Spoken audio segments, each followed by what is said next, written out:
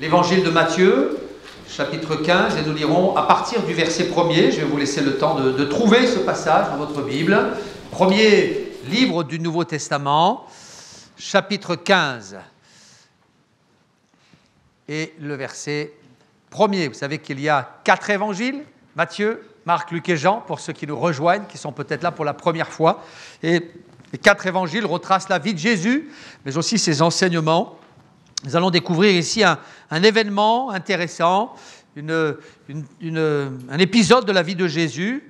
Dans Matthieu 15, verset 1er, il est écrit « Les pharisiens et des scribes vinrent de Jérusalem auprès de Jésus et dirent « Pourquoi tes disciples transgressent-ils la tradition des anciens, car ils ne se lavent pas les mains quand ils prennent leur repas ?» Il leur répondit « Et vous, pourquoi transgressez-vous le commandement de Dieu au profit de votre tradition ?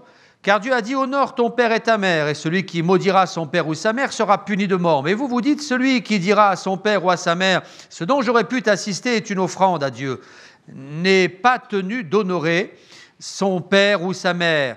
Vous annulez ainsi la parole de Dieu au profit de votre tradition, hypocrite. Ésaïe a bien prophétisé sur vous quand il a dit, ce peuple m'honore des lèvres, mais son cœur est éloigné de moi. C'est en vain qu'il m'honore, en enseignant des préceptes qui sont des commandements d'hommes.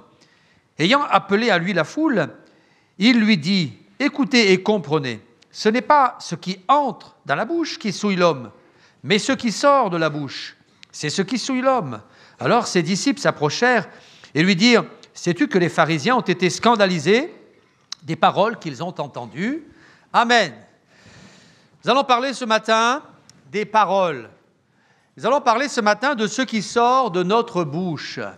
Les pharisiens avaient des traditions ancestrales qu'ils perpétraient au fil des générations. Parmi ces traditions, il fallait impérativement, absolument, se laver les mains avant de prendre son repas. Alors, quelques-uns me diront, mais c'était quand même pas mal de faire ça.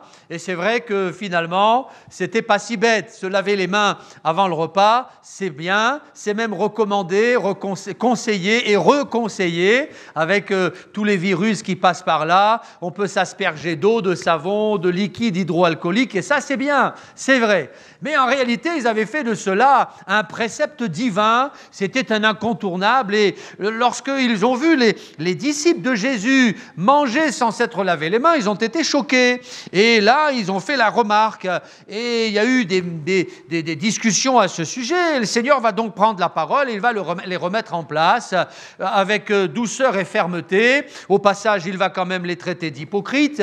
Je comprends qu'ils se soient fait des ennemis et qu'en réalité, sa cote de popularité a baissé ce jour-là. Mais Jésus n'en avait que faire. De toute manière, il savait qu'il était venu sur la terre pour être crucifié. Il y allait tout droit. Alors, il ne passe pas par 4 chemins et il remet les bidons d'aplomb, comme on dit, et il leur explique qu'en réalité, ce n'est pas ce qui entre dans la bouche qui souille l'homme, mais c'est ce qui sort de la bouche. Et je m'arrêterai sur cette expression et j'en profiterai pour te poser une question. Quelles paroles sortent de ta bouche ? Quelles sont ces paroles que nous avons l'habitude de laisser jaillir de notre bouche ? Ce n'est pas ce qui rentre dans notre bouche qui va nous souiller.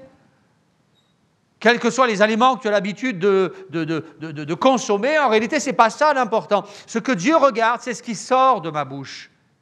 Ce qui sort de ma bouche peut impacter ma vie spirituelle. Ce qui sort de ma bouche peut donner une orientation à ma foi. Ce qui sort de ma bouche, quelles sont les paroles qui sortent de ta bouche ? Ou qui sont sorties de ta bouche. On pourrait catégoriser les paroles qui sortent de notre bouche en 2 grandes catégories. Les paroles positives et les paroles négatives. Et on va essayer d'en citer quelques-unes. Alors, je les ai mises en vrac sur mon papier.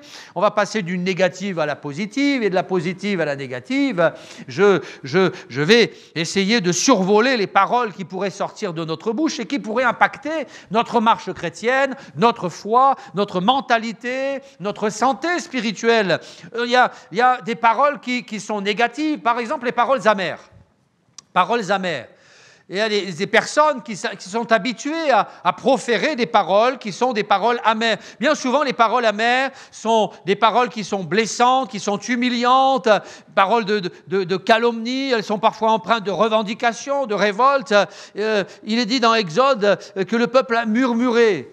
murmurer contre le Seigneur. Le mot murmurer ici, c'est le mot teluna. Je ne sais pas si je le prononce vraiment bien, j'ai consulté ça dans le dictionnaire biblique, et il est question ici de murmure, mais de murmure tenace, c'est-à-dire que le peuple avait pris l'habitude de murmurer, c'était une habitude, c'était un sport national à l'époque, eh bien on murmurait, et là, eh bien, ces paroles les ont amenés à perdre la foi, Puis il y a aussi les paroles qui sont des paroles blessantes, qui peuvent abîmer l'âme d'une personne. Connaissez l'histoire de Jérémie. Jérémie, nous dit le texte, était un prophète, et les détracteurs de Jérémie se sont rassemblés à un moment, et dans Jérémie 18, il est écrit qu'ils se sont parlé les uns aux autres, et ils ont dit « tuons-le avec la langue ». Et ces hommes avaient pris la décision de mettre un terme au ministère de ce grand prophète, porter atteinte à sa réputation, d'attaquer son intégrité, de salir son image. Et il y a eu de la médisance à cette époque. D'ailleurs, ça a marché en partie, puisque le roi a décidé de le jeter au fond d'une citerne, puis de l'emprisonner. Il a passé des moments difficiles. Alors, il y a les paroles qui peuvent sortir de notre bouche. Certaines sont positives, d'autres négatives. Nous devons veiller à ce qui sort de notre bouche. Parce qu'en réalité, ce qui sort de notre bouche, lorsque ce sont des paroles négatives, ces paroles-là feront plus de mal à notre âme qu'à ceux qui nous entourent parfois. À force de vivre dans le fiel, dans l'amertume, on finit par creuser sa propre tombe. Et il faut faire attention à ces habitudes, à ces réflexes. Alors les paroles, il y a des paroles négatives, il y a des paroles positives. On pourrait parler aussi donc des paroles positives, parce qu'il y a des paroles positives qui vont nous élever. Paroles positives qui vont faire du bien à notre âme. Il y a des paroles amères, j'en ai parlé, puis on pourrait parler aussi des paroles libératrices. Il y a des paroles qui libèrent. Des paroles qui vont faire de nous des hommes et des femmes affranchis. Des paroles qui vont faire du bien à notre âme. Dans l'Épître aux Romains, au chapitre 10, au verset 9, il est écrit « Si tu confesses de ta bouche le Seigneur Jésus, alors tu seras sauvé. » Ça, c'est une parole positive. Confesser le nom de Jésus, confesser la victoire de Jésus, puis aussi confesser notre péché. Quand on confesse notre péché, on est libéré. Connaissez le texte où il est question de David qui, après avoir péché, vous connaissez le récit, va cacher ce péché, et puis surtout il va essayer de le camoufler, et il ne va certainement pas en parler à Dieu, comme si Dieu n'avait pas vu ce qui s'était passé. Il va taire son péché, et plus tard il dira, dans le psaume 32 au verset 3, « Tant que je me suis tu, mes os se consumaient, je gémissais toute la journée. » Alors il va refuser de laisser jaillir de sa bouche ces paroles de repentance, de confession. Il va garder ces choses en lui. Et parce qu'il va refuser de laisser jaillir ces paroles de confession, eh bien petit à petit son âme se désagrégeait au fil du temps. Et on découvre un homme qui était dans un état de déchéance spirituelle, dans un désespoir sans fond. Il était en train de déprimer, de s'enfoncer au fil des mois. Et puis un jour il va craquer et il va confesser son péché à Dieu. Et les paroles de repentance vont jaillir de sa bouche. Et ces paroles d'humiliation vont l'élever. Ces paroles de repentance vont le reconstruire spirituellement. Il y a des paroles qui sont des paroles positives. Paroles de confession, paroles de repentance. Et puis il y en a d'autres qui vont nous enfoncer et nous détruire petit à petit. Il y a aussi des paroles qui vont nous enfermer. Nous enfermer. Je voudrais vous inviter à lire avec moi dans Néhémie au chapitre 4, un texte. Prenez votre Bible et au chapitre 4 du livre de Néhémie, au verset 8, on va découvrir un épisode compliqué pour le peuple d'Israël qui est en train de reconstruire les murailles de Jérusalem après 70 ans d'exil. Et il est dit qu'alors qu'ils viennent d'entamer le chantier, des adversaires vont se liguer contre eux. Néhémie 4, verset 8. Ils se liguèrent tous ensemble pour venir attaquer Jérusalem et lui causer du dommage. Alors nous priâmes notre Dieu, nous établîmes une garde jour et nuit pour nous défendre contre leurs attaques. Cependant, Juda disait, les forces nous manquent, les forces manquent à ceux qui portent les fardeaux. Les décombres sont considérables. Nous ne pourrons pas bâtir la muraille. Ouf! Alors ça, c'est un discours, on ne peut plus négatif. Nous ne pourrons pas bâtir la muraille. Il y a un pessimisme au milieu du peuple qui est contagieux. Il y a des paroles négatives qui sont véhiculées. On découvre ici une nation sans espoir. On ne va pas y arriver. On a été brisé pendant 70 ans, on a été brimé pendant 70 ans, nous avons tout quitté, nous sommes arrivés ici comme des misérables, des mendiants, nous n'avons plus rien, la ville est en ruine, nos maisons, on ne les retrouve plus et on a essayé de construire, on a essayé de bâtir, mais nos ennemis sont là, ils nous pourchassent, ils nous menacent, ils se moquent de nous et puis finalement, porter les fardeaux, relever ces décombres qui sont tellement lourds et tellement considérable, on ne va pas y arriver. On ne va pas y arriver. Nous ne pourrons pas rebâtir cette muraille. Ce n'est pas la peine d'insister. Ce n'est pas la peine de se fatiguer. On ne va pas y arriver. Nous ne pourrons pas. Et à force de dire cela, à force de proférer les paroles négatives, paroles de défaite, eh bien, ils vont s'enfermer dans une prison d'incapacité. On ne pourra pas le faire. C'est pas possible, c'est trop grand, c'est trop fort, c'est trop élevé, c'est trop difficile, c'est trop dur, on ne va pas y arriver. Et on découvre ici un discours négatif, défaitiste. Et ça, c'était le discours de l'adversaire. Peut-être que quelqu'un au milieu de nous tient ce discours.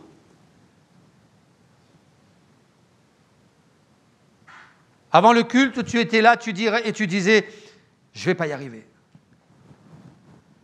Ça, ce n'est pas possible. C'est au-delà de mes forces. C'est au-delà de mes capacités. Je ne vais pas y arriver. On ne pourra pas le faire. Les décombres sont trop considérables. Il y a trop de travail. On ne pourra pas. Je ne pourrai pas. Alors j'aimerais te dire que ce discours-là, ce n'est pas le discours de la foi, c'est le discours du doute, c'est un discours destructeur, c'est un discours qui ne vient pas d'en haut mais d'en bas, c'est le discours de l'ennemi, qui t'a insufflé ces mots, qui t'a murmuré ces mots à l'oreille et tu as écouté ces mots. Et aujourd'hui, tu tiens ce discours, je ne pourrai pas y arriver. C'est fini, on n'est pas assez fort, on n'est pas assez grand, je ne suis pas assez intelligent, je ne suis pas assez spirituel, j'ai plus de force, j'ai plus d'énergie, j'ai plus la santé. Ce n'est pas possible. Alors ce discours-là, j'aimerais t'inviter à le bannir de ta bouche, à le bannir de ton cœur, à le bannir aussi de tes pensées. Savez-vous que le combat spirituel, il se joue là, dans nos pensées. Quand le diable est arrivé à déposer une pensée dans notre tête, et que finalement nous pensons en permanence à cela, eh bien on commence à perdre la bataille. Le combat spirituel, il se joue dans nos pensées. Et si tu penses que c'est trop grand, trop dur, trop difficile, si tu penses que tu n'y arriveras pas, et que tu penses à ça jour et nuit, eh bien finalement, tu as commencé à perdre la bataille. Et c'est là que certains commencent à proférer des paroles qui sont négatives. Ce discours-là, ce n'était pas le discours de la foi, c'était un discours de défaite. Et malgré le discours des prophètes qui étaient là pour encourager le peuple, eh bien, le peuple s'est arrêté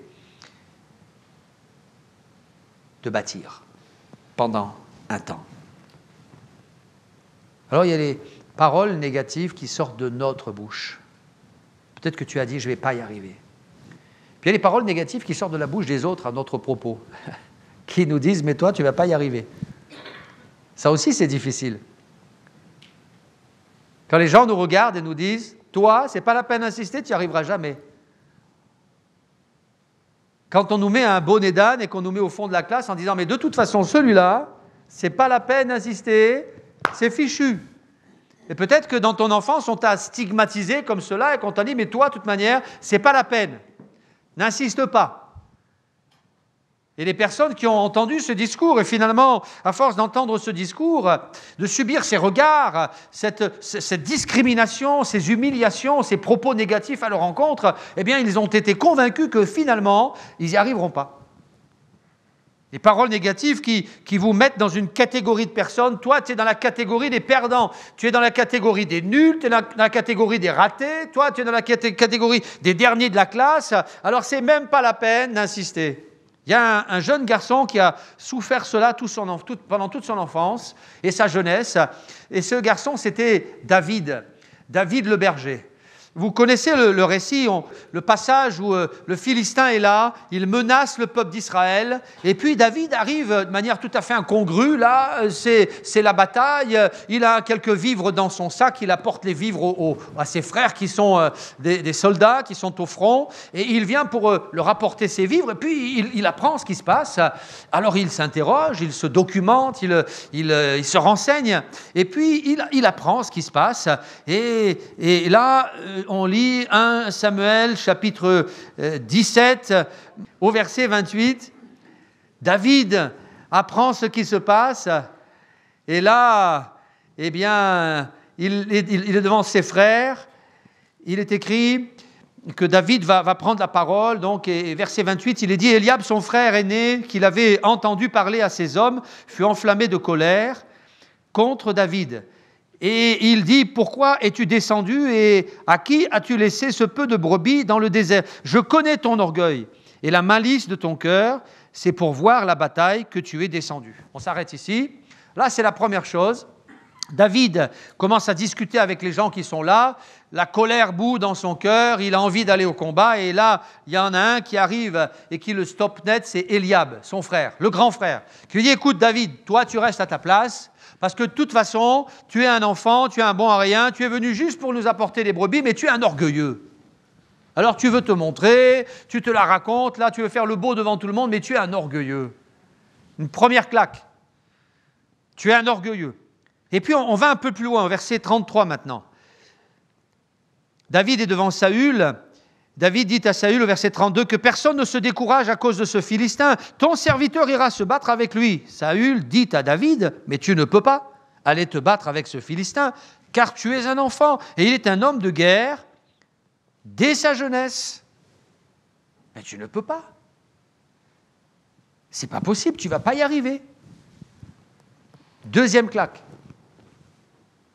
Lorsque ses frères le regardaient, eh bien,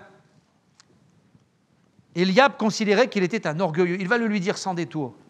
Et puis lorsque le roi Saül va regarder David, le roi Saül va considérer qu'il n'était qu'un enfant. Et il va le lui dire sans détour. C'est pas possible. C'est pas possible. Tu n'es pas à la hauteur. Tu n'y arriveras pas. Et puis on continue le récit. Toujours dans 1 Samuel, je ne me trompe pas cette fois-ci, chapitre 17. Et au verset 42, il se retrouve devant le géant. Et voilà le discours du géant. Le Philistin s'approcha peu à peu de David. L'homme qui portait son bouclier marchait devant lui. Le Philistin regarda, et lorsqu'il aperçut David, il le méprisa, ne voyant en lui qu'un enfant blond et d'une belle figure. Et le Philistin dit à David, « Suis-je un chien pour que tu viennes à moi avec des bâtons ?» Et après l'avoir maudit par ses dieux, il ajouta, « Viens vers moi, et je te donnerai ta chair aux oiseaux du ciel et aux bêtes des champs. » Allez, viens. Ça ne sera pas long. On va régler ça rapidement. En quelques secondes, ça sera terminé. Je vais t'écrabouiller comme un moustique et je vais donner ta chair à manger aux bêtes et aux oiseaux des champs. Vous savez, face à toutes ces paroles négatives que David avait entendues, David aurait pu s'effondrer. David aurait pu s'écrouler. David aurait pu dire, mais finalement, c'est eux qui doivent avoir raison. C'est mon frère, c'est Eliab qui doit avoir raison. Je suis un orgueilleux, je devrais rentrer à la maison et puis aller garder les troupeaux. Je ne suis pas à la hauteur. C'est le roi Saül qui a raison, quand même c'est le roi. Alors, quand le roi parle, ce qu'il dit, c'est quand même pertinent, intelligent, c'est sensé. Alors, c'est vrai, je suis un enfant, je vais retourner avec les enfants de mon âge. Non, je ne vais pas y aller, ce n'est pas la peine. Puis quand il s'est retrouvé devant Saül et qu'il a entendu les paroles de Saül, il aurait pu dire, mais finalement, c'est vrai. Tout le monde me le dit, c'est eux qui doivent avoir raison. Quand une personne, puis deux, puis trois vous dit la même chose, vous finissez par dire, mais finalement, il faut que je redescende sur la terre, il faut que je revienne à moi-même, que j'ouvre les yeux, c'est eux qui ont raison. Et si David avait fait cela, il serait rentré chez lui, et son nom n'aurait jamais été écrit dans la Bible, il n'aurait jamais fait ce qu'il a fait, il n'aurait jamais été ce qu'il a été, il ne serait jamais devenu ce qu'il est devenu, il n'aurait jamais fait tomber Goliath, il n'aurait jamais délivré le peuple d'Israël des Philistins. Il n'aurait jamais épousé la fille du roi. Il n'aurait jamais pris la tête de l'armée d'Israël. Et puis il ne serait jamais monté sur le trône. Et en réalité, il n'aurait jamais rien fait. Si tu écoutes ceux qui te disent que tu n'y arriveras pas, tu ne feras jamais rien. Alors, je ne suis pas en train de dire que nous avons en nous un potentiel extraordinaire, des capacités surhumaines. Non, non, non. C'est vrai qu'au final, on n'est pas bon à grand-chose devant certains géants. Mais ce qui se passe, c'est que le Dieu de la Bible est avec nous. L'Éternel des armées est avec nous. Et c'est ça qui va changer la donne. C'est vrai qu'on n'est pas des gens extraordinaires, mais de petit qu'il était, David a été capable de faire tomber le grand Goliath. Alors n'écoute pas ces paroles qui viennent à toi, peut-être comme un refrain récurrent, mais balaye-les, mets-les de côté. David avait suffisamment de foi, lui, pour ne pas laisser ses paroles impacter son avenir, pour ne pas laisser ses discours perturber sa marche. D'ailleurs, les paroles qui sortaient de la bouche de David, elles, étaient des paroles de foi, des paroles positives. Et dans ce même chapitre, David prend la parole. Après que toutes ces personnes aient tenu des discours négatifs, défaitistes, eh bien David va prendre la parole. Et on va lire ensemble dans 1 Samuel 17, maintenant au verset 45. Il est écrit, David dit aux Philistins, il va le regarder droit dans les yeux. Et il va lui dire, tu marches contre moi avec l'épée, la lance et le javelot, et moi je marche contre toi au nom de l'Éternel des armées.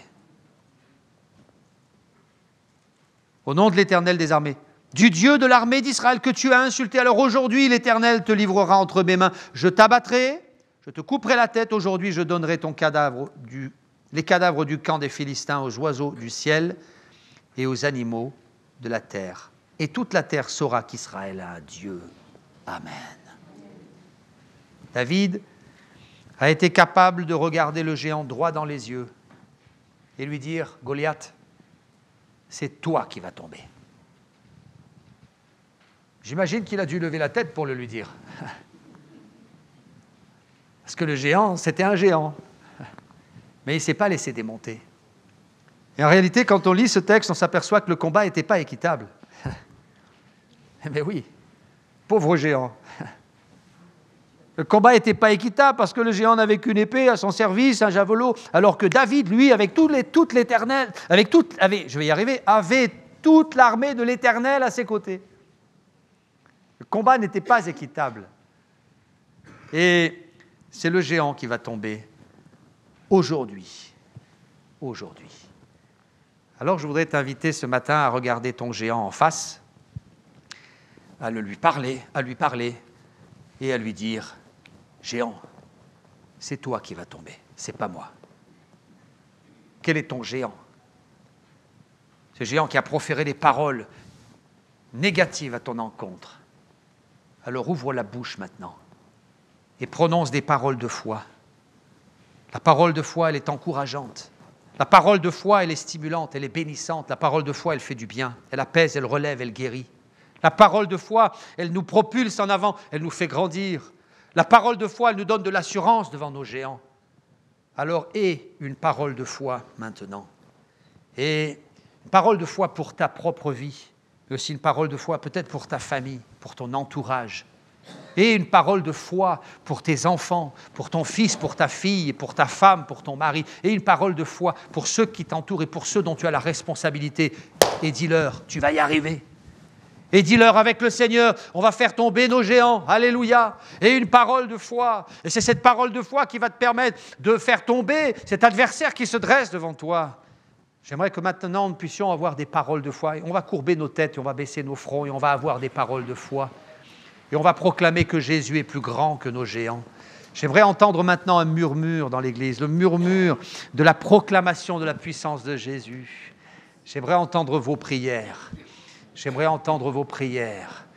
Et que le plus petit dise maintenant, on va y arriver, je vais y arriver. Que le plus faible maintenant puisse dire, je vais triompher de mon voisin. Est-ce que vous voulez louer le Seigneur et lui dire, merci Seigneur. Merci parce qu'avec toi, je sais que je vais triompher, je vais vaincre. Je veux le dire haut et fort, mon Dieu est avec moi, je n'ai rien à craindre. Oui, amen. Seigneur, merci parce que ce matin, tu es là au milieu de nous. Tu as vu nos géants, tu as vu nos difficultés, nos maladies, nos peines. Tu as vu les obstacles qui se dressaient devant nous, Seigneur. Et nous savons que tu es à nos côtés. Sois avec nous, Seigneur. Et parce que tu es avec nous, nous savons que nous allons faire tomber ces géants. Oui, tu es plus fort que notre ennemi. Oui, tu es plus puissant que ces murailles qui se dressent devant nous, Seigneur. Alors nous voulons maintenant dire stop à toutes ces paroles négatives. Nous continuerons de proclamer la victoire de Jésus dans nos vies. Nous ne voulons pas prendre l'habitude de proférer les paroles de défaite.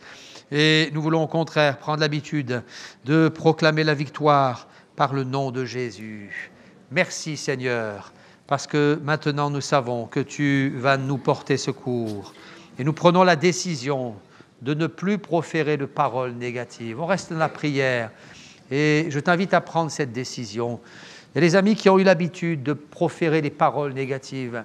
Et même lorsqu'ils prient, ils profèrent des paroles négatives. Même lorsqu'ils prient, ce sont de longues litanies. Et au final, plus ils prient et plus ils s'enfoncent. Plus ils prient et plus ils pleurent. Je voudrais que maintenant tu puisses renverser la vapeur et dire à partir de maintenant, ma prière, ça sera une prière de victoire. Amen. Ma prière sera une prière de proclamation. Alléluia. Non pas que je sois fort, mais il est fort et il habite mon cœur. Amen.